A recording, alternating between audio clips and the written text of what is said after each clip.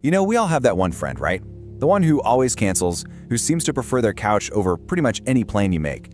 It's so easy to just label them as boring or flaky, but what if there's something much, much deeper going on? Let's get into the real psychology of why staying home can actually be a superpower. See, this idea, it just changes everything, doesn't it? It's not about avoiding you. It's about protecting something essential inside themselves. So the real question is, what are they protecting? And from what?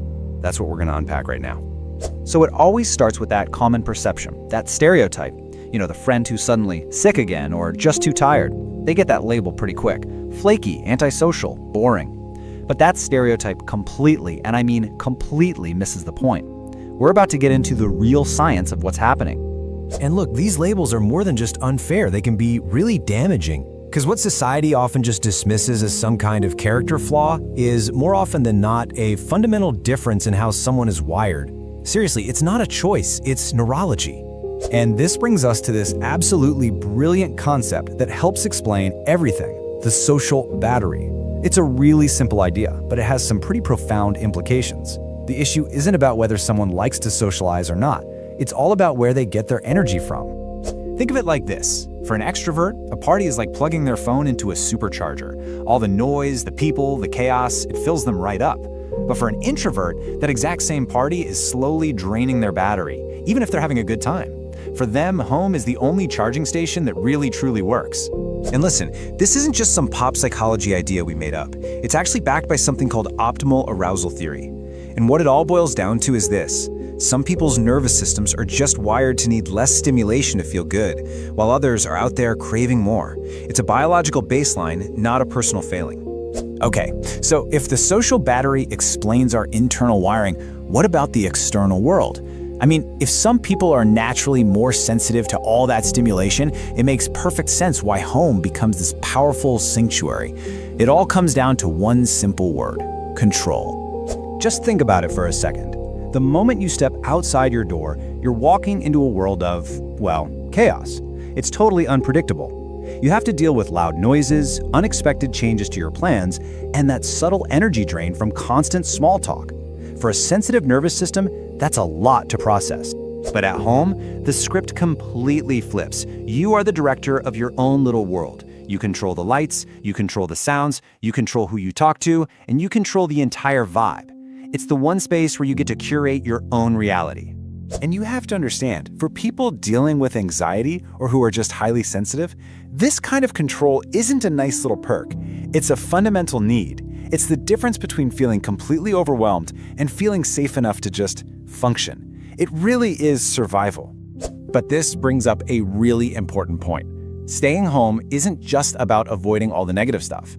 It's also about embracing something incredibly positive. We kind of need to reframe how we think about solitude. It's not an empty space. It's a space that is absolutely full of potential. And yeah, the science totally backs this up. Research shows that time spent alone can actively boost our brain power. It actually enhances creativity, it allows for deeper self-reflection, and it sharpens our problem-solving skills. Who knew? This quote just nails it, doesn't it? Staying home is not about inaction. It's the exact opposite. That quiet little corner of a room, free from all the distractions, is often the very birthplace of our best, most original thoughts.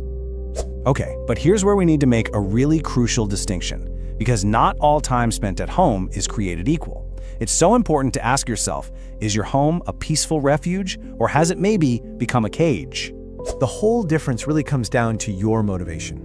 Is the choice to stay in coming from a place of peace and restoration because it actually fills you up? Or is it coming from a place of fear because the very idea of leaving just feels too heavy, too overwhelming? So a refuge is a conscious choice. It feels restorative, it's joyful, and it recharges your social battery. A cage, though, that's different. That's motivated by fear. It feels like you have no other options, and it could be a symptom of deeper issues like social anxiety or even depression. Knowing the difference is a really powerful act of self-awareness. So when you understand all of this, it lets us challenge this huge cultural idea. We can start to redefine what the good life actually means. And guess what? It doesn't have to be loud to be meaningful. I mean, our culture glorifies being constantly out, constantly busy, constantly performing for others. But true self-awareness isn't about trying to fit into that mold. It's about having the courage to know what genuinely fulfills you, even if it looks totally different from everyone else. And so often, that real fulfillment isn't found in the big, loud, flashy moments. It's in the small, quiet rituals. The simple, profound joy of that first cup of coffee, the comfort of your favorite spot on the couch, the beauty of watching the sunset from your own window. These are the things most people just rush right past.